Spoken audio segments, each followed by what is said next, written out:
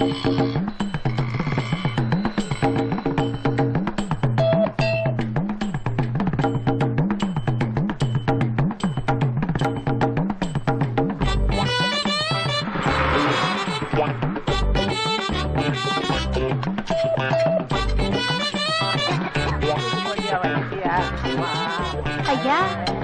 ஐயா தர்மம் பண்ணுங்கய்யா.